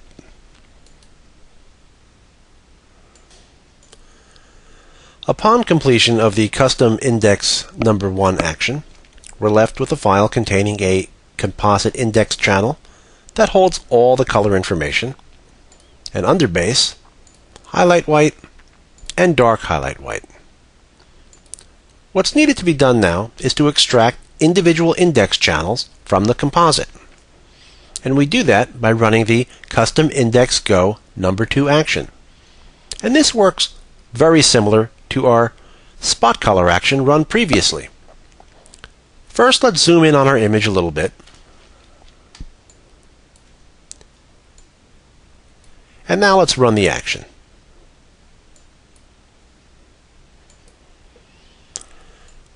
What we need to do is make sure that the fuzziness is set at 0 for every color selected. Now take the eyedropper and we're going to select the yellow and click OK. Click Continue. And when the new channel window opens, click the color box. When the color picker window opens, select the foreground color in Photoshop's tool palette. Click OK and then OK again. Now, an index spot channel has been generated for the yellow. This procedure needs to be repeated for each color within the design, and this is very simple to do. Run the action again. Now we'll select the blue. Click OK. And we're just going to repeat that same procedure here. Clicking the foreground color, OK, then OK again. And now we have a yellow and the blue. Let's run the same action again. We'll choose that orangey red. Click OK.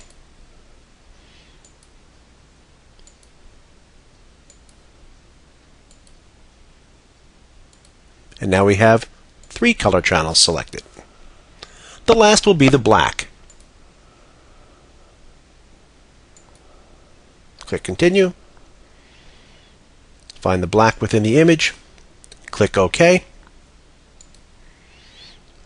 One last time, click the color box.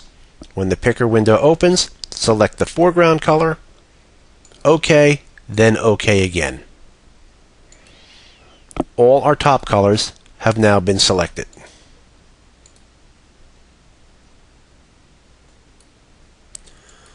From this point, we can delete our composite index channel and move our highlight whites to the bottom and take a look at the image. We have the underbase, yellow, blue, orangey red, black, and the highlight. And I lived up to my promise. The separation appears perfect now, and it should print exactly like this. About the only thing you would need to do is change the names of spot color 1, 2, 3, and 4 to reflect their actual color. And I think we've went through this before, but one more time, we'll just double-click spot color 1 and change it to yellow 107. And do the same with the spot color 2, 3, and 4 channels.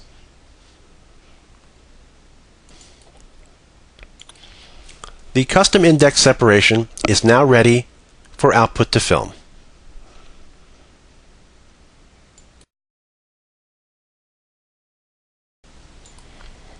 QuickDraw is a set of 3 actions, named QuickDraw 1, 2, and 3, that converts any photograph or continuous tone image into pure black and white line artwork, printable using only one screen with no halftones.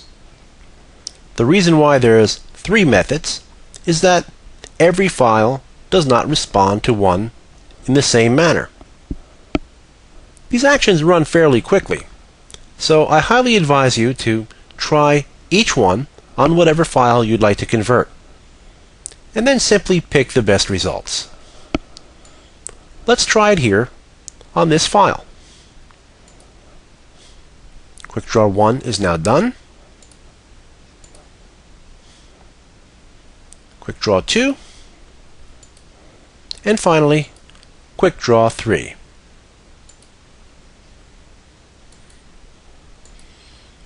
Looking at all 3 side by side, 1, 2, and 3, number 2 is a little thin, so we can eliminate that. It's definitely between QuickDraw number 1 and QuickDraw number 3. Although difficult to see on the video, QuickDraw 1 would probably win, as it retained a little bit more detail than the number 3 method.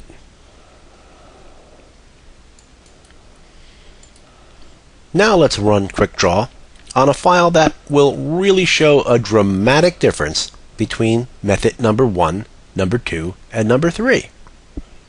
Let's try QuickDraw 1. Number 2.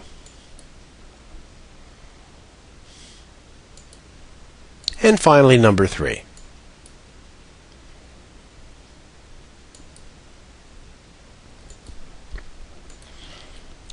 Viewing the 3 conversions side by side, you can see method number 1 retained far too much of the shadow detail, which it rendered within the final image. Number 3 clogged up a little bit of the highlights that we would have liked to keep. So by all means, number 2 is the clear winner. And the results are particularly dramatic.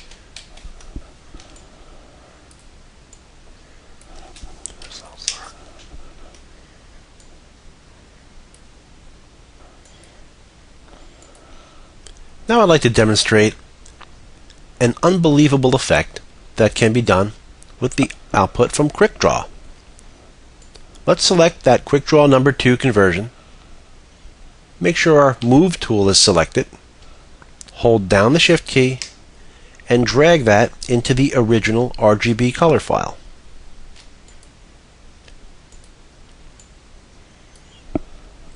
As you can see, we now have 2 layers, layer 1 and background.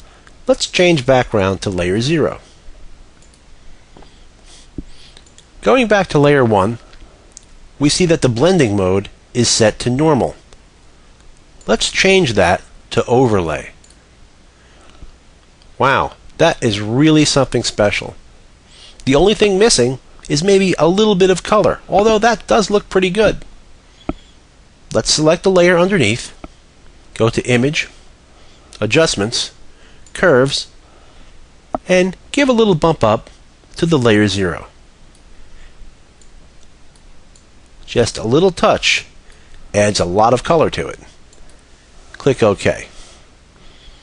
The last thing we need to do is make sure layer 0 remains selected. Go up to the arrow and choose Merge Visible. Now we have an RGB file with one layer named layer 0. This can now be separated using Simulated Process, Index, or True Process. An amazing effect, only available with QuickSeps Professional.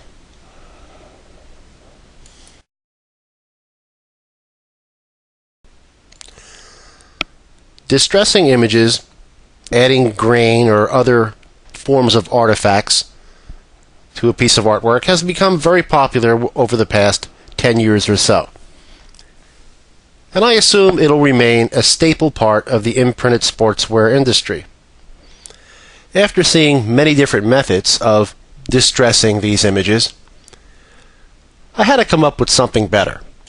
Something that can be turned on, turned off, undone, and most importantly, adjusted. I always wanted the ability to adjust the distressed effect within an image after applying it. And QuickSeps Professional allows the user to do exactly that. Let's run the Distressed Image Go action on this vintage fruit label.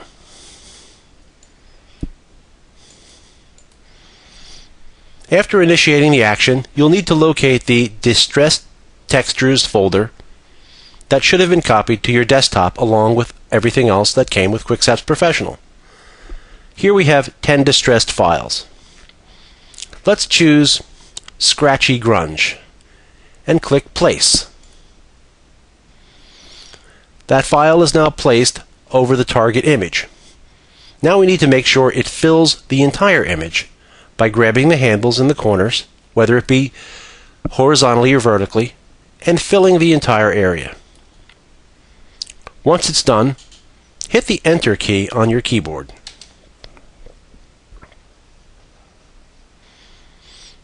The distressed effect is now complete and is within this top layer. Holding down the Shift key and clicking the small icon to the right of the image, you could turn on and off the image. But most importantly, this can be adjusted.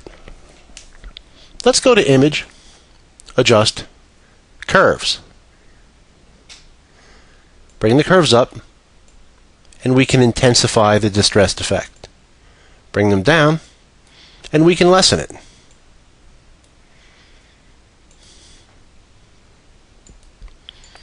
Now let's try adjusting with levels. Image, Adjust, Levels.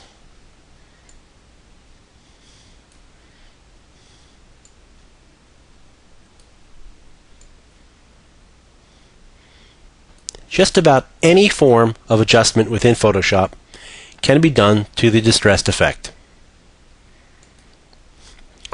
Once happy with the effect, simply select the icon to the right and drag to the trash at the bottom of the Layers palette. When asked to apply mask, click Apply. It's now permanent. The color layer, so we can see the effect from underneath, can also be deleted at this point. This file is now ready for color separation. What I'd like to do is demonstrate how easy it is to convert just about any file into a distressed image filter for use with the distressed image action within QuikSeps Professional. I've opened up a copy of a file containing old wooden planks, and this would make an excellent distressed filter. What we're going to do is run Quick Draw 2 on this file.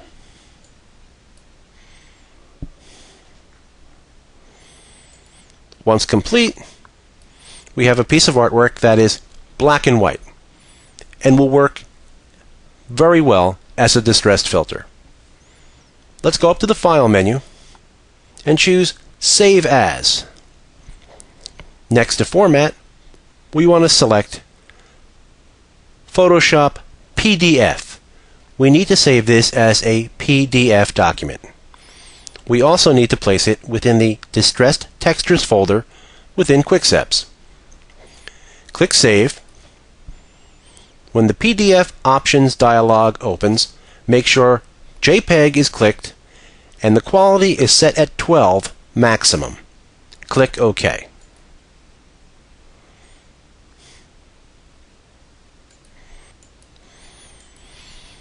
Now let's run our newly created distressed filter on the vintage fruit label. Let's click Distressed Image Go. Locate our wood planks PDF file and click Place. Drag the handles to fill the entire image and hit the Enter key. Within seconds, we've created a professional and great-looking distressed effect for use with QuikSeps. Consider spending some time searching for other files to convert to this format for use with the distressed Image Go action.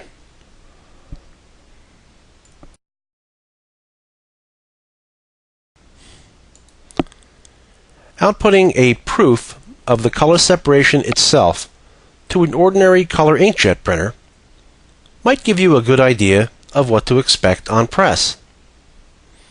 Simply printing the RGB file to an inkjet printer tells you nothing, since after all, that's the original and perfect, and is what the separation was created from.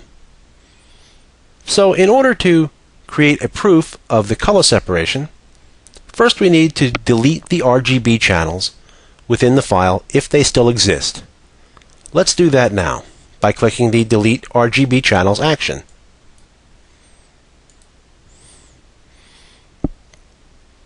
Once done, let's click the Generate Composite Proof action.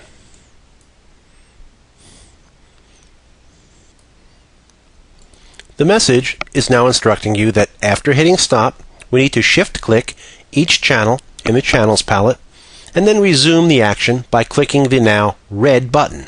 Let's do that. Click stop, hold down your Shift key, and let's click every remaining channel within the palette. Once done, click the now red-colored Generate Composite Proof action to complete the process. The color proof is now ready for output on any ordinary inkjet printer.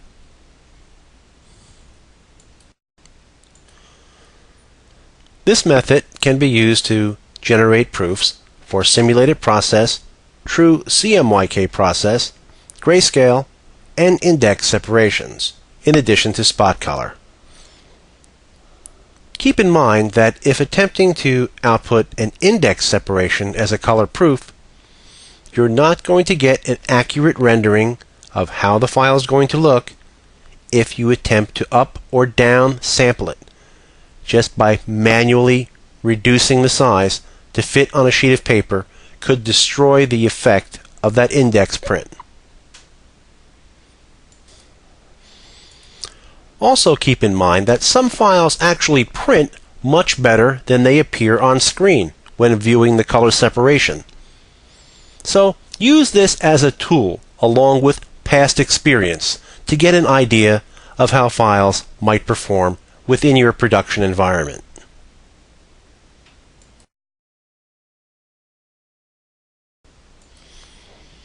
Once you've completed generating your color proof of the color separation, maybe you don't want to print it out to an inkjet printer and would just rather view it on screen. But you'd rather view it on screen as a halftone, as it might print on your shirt. Well, I've included an amusing little action with QuikSeps Professional called Preview Halftone Screen Go. Let's click it and see what we get from this color proof. Although it's a simple action, it requires a substantial amount of computer horsepower and could take a little while. I happen to be running a very fast computer here, and it's taking a bit to complete. Okay, once done, we have a halftone on our computer monitor. Let's zoom in a little bit and examine it.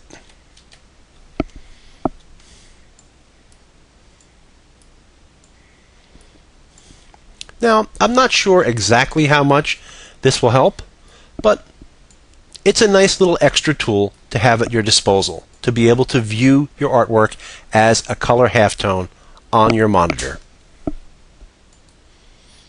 Due to the restraints of a small format video such as this, you're probably not getting the full effect of how this color halftone appears on my monitor. So try it yourself in your shop. But just for fun, let's zoom in even more here. And hopefully you can get an idea that the dots are actually there.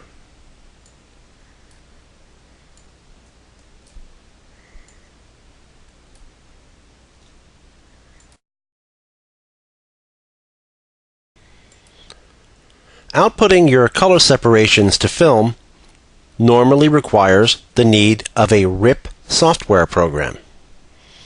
Any form of color separation, whether it be simulated process, CMYK, grayscale, spot color, and so on, needs a RIP to image those halftones. The only form of color separation that doesn't need a RIP is index. Now, maybe you don't own a RIP, or possibly you have a printer or two that isn't compatible with the RIP software that you have, but you'd still like to use those printers from time to time for film positives. Or maybe there's some other reason why you can't use the current RIP you have, or whatever. Well, needless to say, we've included actions with QuikSeps Professional to allow the outputting of film within Photoshop without the need of a dedicated RIP. The actions include the ability to image halftones from 25 to 55 lines. These actions embed the frequency, angle, and dot shape within the file itself, and therefore no further settings need to be entered when imaging to film. It's not meant to be an absolute replacement to a dedicated RIP program, although it does work. Let's run a 50-line halftone screen here on the sample file. Now, prior to running the action, it's very important that no other files are open within Photoshop. Once you're sure of this, let's run the action.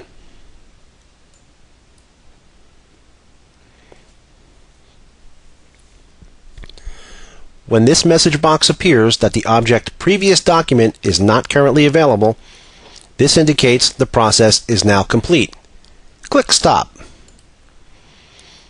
As you can see, our action button has now turned red. This needs to be reset, so click any of the pink bars in the Actions palette. Each channel is now a separate file on your screen, although they're stacked on top of one another. So let's run the Cascade Document action to allow easy viewing and selection.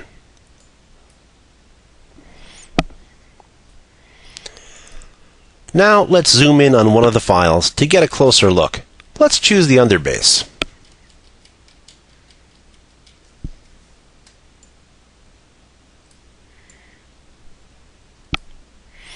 As you can see, a halftone screen has been applied with all the correct attributes embedded. The dots will appear much grainier on screen as opposed to the film output itself, so don't get too concerned with this. The only downside here is each channel is now a separate file and must be printed individually as a standalone document. When outputting to film, it's important to remember that we're working with individual documents.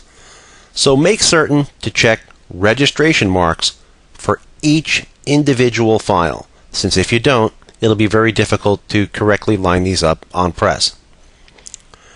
It's also notable to mention that the screen function within the Print with Preview window will have no effect here, so just disregard it.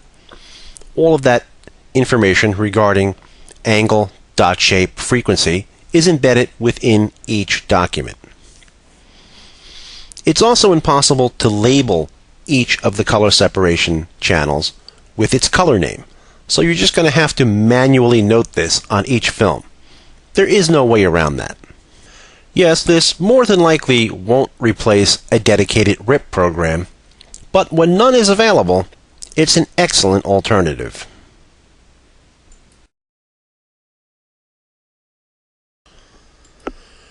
Although I'm certain that just about everyone here is comfortable outputting their films from within Adobe Photoshop, I have to assume that some might be new to the screen printing industry or just new to Photoshop and color separations.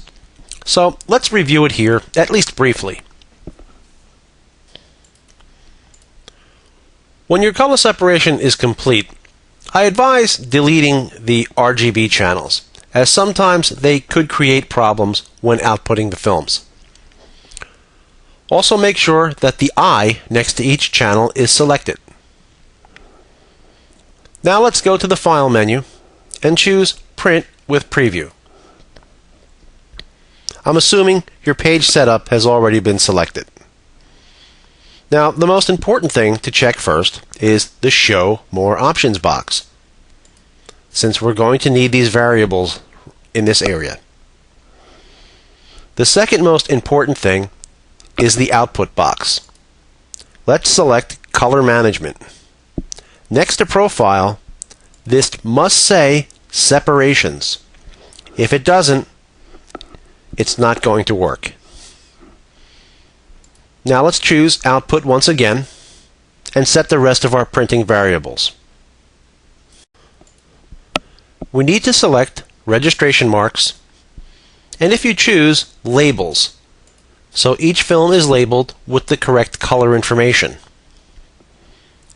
The next thing is to click the screen box. When the halftone screen dialog box opens, uncheck Use Printer's Default Screens. Here we can select a frequency, angle, and dot shape for each ink.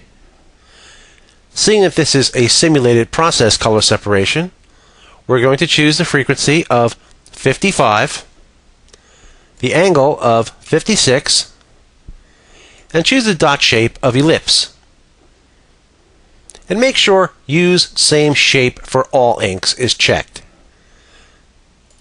Select the next ink, which is yellow, and choose the same variable, 55 for the frequency and angle at 56.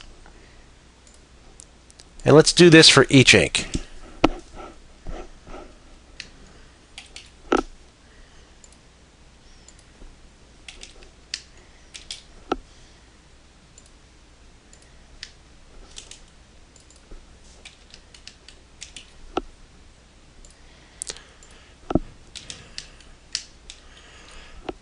And click OK. Now you're at the point to send the color separation to your printer.